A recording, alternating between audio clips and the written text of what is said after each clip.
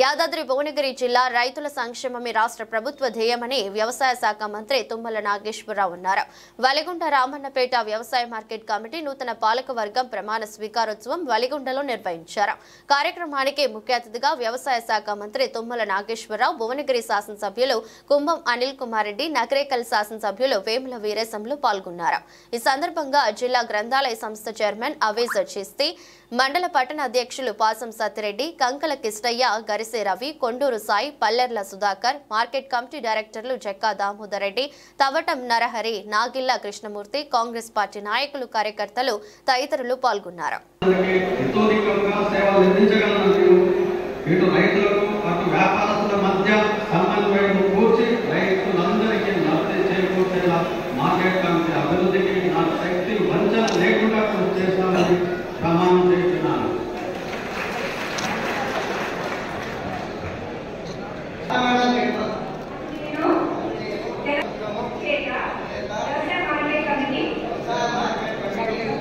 వెలిగొండ గౌరవ సభ్యునిగా నియమించబడ్డాను.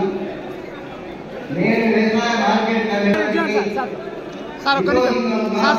కాంగ్రెస్ నాయకులకు, కార్యకర్తలకు, పాత్రికేయులకు, వేదిక మీద ఉన్న నాయకులందరికీ పేరు పేరున నమస్కారాలు తెలియజేస్తూ, రాష్ట్రంలో గవర్నర్ ముఖ్యమంత్రి రేవంత్ రెడ్డి గారి నాయకత్వంలో దాదాపు 13 నెలల పరిపాలనలో ఈ రాష్ట్రాన్ని అన్ని అభివృద్ధి పథకంలో నడిపేయడం కోసం అందరికీ పేరు పేరున అందరికీ కూడా మా వలిగొండ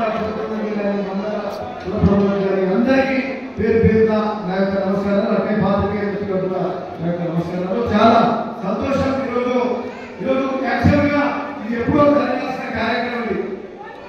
సరే, వివిధ కార్యక్రమాలు నూతనంగా వచ్చిన కాంగ్రెస్ ప్రభుత్వం సంవత్సరం మరి కాలం గడిచిపోతున్న సందర్భంగా అనేక అభివృద్ధి కార్యక్రమాలు చేస్తూ ఎప్పటికప్పుడు సమయం ఒక టైం పెట్టుకునే టైం లోపలనే ఊర్లో పెట్టుకునే టైం లోపల ఒక అసెంబ్లీ రావడం, ఇంకోసారి ఇంకేదో కార్యక్రమాలు రావడం, మరి వివిధ రకాల కార్యక్రమాలు అడ్డంకులు వచ్చే కార్యక్రమం మొన్న 21వ తారీఖు నాడు ఉండే ప్రోగ్రాము మరి అక్కడ బెల్గాం.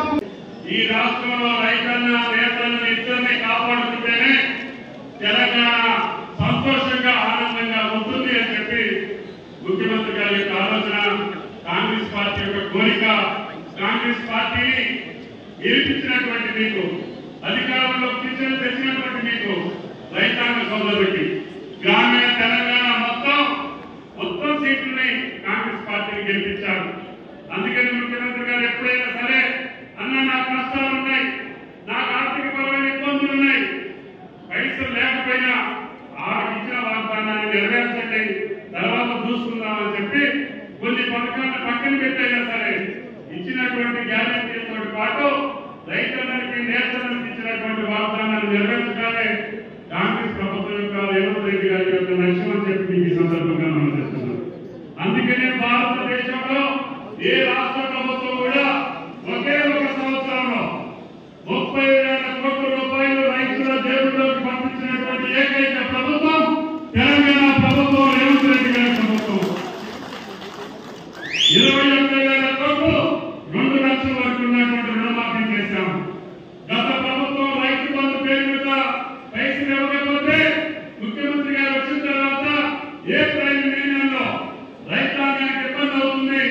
7,625 కోట్లు రైతు బంధు ఖాతాలో వేయాలని చెప్తే ఒకే ఒక రాత్రి 7,625 కోట్లు వానాకాలం ముందు మీ ఖాతాలో జమ చేసినటువంటి ప్రభుత్వం రేవంత్ రెడ్డి గారి ప్రభుత్వం చెప్పడానికి ఈ సందర్భంగా మనం చెప్తున్నాం. అదేవిధంగా రైతు బీమా పథకానికి 3,000 కోట్ల రూపాయలు జమ చేశాం. 30,000 కోట్లు ఈ రోజు జమ చేయడమే కాకుండా ఇందాక అనిల్ గారు చెప్పినటువంటి నీటిపారుదల శాఖలు కాదు, అది భీమవరం కావచ్చు, గుణాయవరం కాలువ కావచ్చు, అనేక కాలువల ద్వారా భువనగిరి, ఆలేరు, అదేవిధంగా నకరేకల్ నియోజకవర్గానికి నీళ్ళు ఇచ్చే భాగ్యం.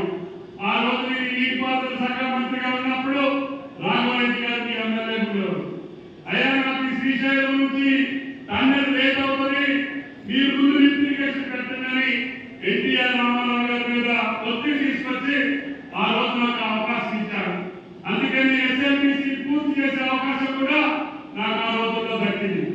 ఈ రకంగా ఈ జిల్లాతోటి నాకు 40 సంవత్సరాల అనుభవం ఉంది. ఈ జిల్లా కావాలని కానీ ఇప్పుడు నల్గొండ జిల్లాకి నీళ్ళు అవకాశం వచ్చింది. కోమటిరెడ్డి గారు ఉత్తమ్ గారు ఈ జిల్లా మంత్రులుగా ఉన్నారు. ఒక ఆయన రాజధాని చూస్తున్నారు, ఒక ఆయన నీటి పాత్రలు చూస్తున్నారు. అందుకని ఈ కాలంలో ఎట్టి పరిస్థితుల్లో శ్రీశైలం నుంచి తండ్రిని పూర్తి చేసి తప్పకుండా ఎస్ఆర్టీసీ ద్వారా గ్రావిటీ నల్గొండ జిల్లాకి నీళ్లు తెచ్చేటటువంటి భాగ్యం ఈ ప్రభుత్వానికి రేవంత్ రెడ్డి గారికి జరిగింది. మొన్న ఆయన ఇక్కడికి మూసి ప్రచారానికి వచ్చినప్పుడు ఈ ప్రాంతంలో అనిల్ కుమార్ రెడ్డి గారు అనేటువంటి అన్ని ప్రాజెక్టులు కూడా శాంక్షన్ చేయడం జరిగింది. ఈనాడు కష్టపడే శాసనసభ్యులు ఉన్నారు, అంతకంటే కష్టపడే రైతాంగం ఉంది, పనిచేసే ముఖ్యమంత్రి రేవంత్ రెడ్డి గారు ఉన్నారు.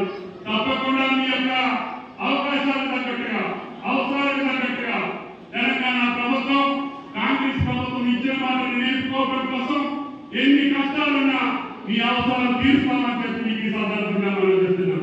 అందుకని రేపు గణతంత్ర దినోత్సవ సందర్భంగా అన్ని 12,000 రూపాయల చొప్పున 10,000 కోట్ల రూపాయలు రైతు భరోసాలో మీ ఖాతాలో ఏర్పించేటటువంటి బాధ్యత ఈ ప్రభుత్వాన్ని అని చెప్పి మీకు ఈ సందర్భంగా మనం చేస్తున్నాం.